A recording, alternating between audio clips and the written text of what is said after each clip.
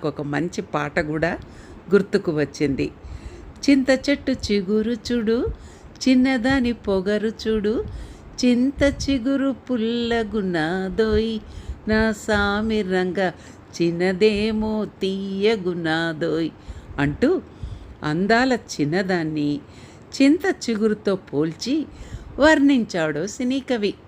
వర్ణనకే కాదు, వండిన అద్భుతంగా ఉండే చింత చిగురు రుచికి ఎవరైనా ఫిదా అయిపోవలసిందే.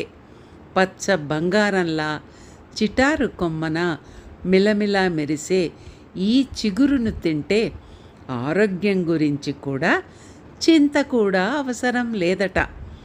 చింత చిగురు పులిహార గురించి మళ్ళా చెప్తాను. అసలు చింత చిగురు గురించి ఇప్పుడు తెలుసుకుందాం. ఉండి లేనట్టుగా పులుపు కాస్త